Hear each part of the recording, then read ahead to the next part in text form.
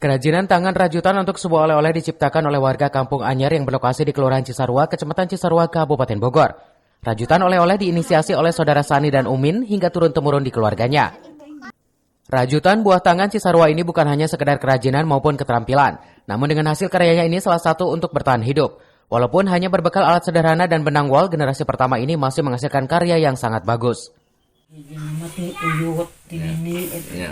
Jadi ajar teh umi tuh ini ke kursus ke emak mau ngajualan anak umi calang anak emak umi terus ke incu na ke anaknya ke incu na ini teh gitu ya baju aya taplak meja aya seorang gitu sama bantal kursi bantal spray ini spray rajutan ini spray ada cover aya gitu. Kedua. Generasi kedua. Itu tahun berapa? Tahun 70 ke nikah tuh mah.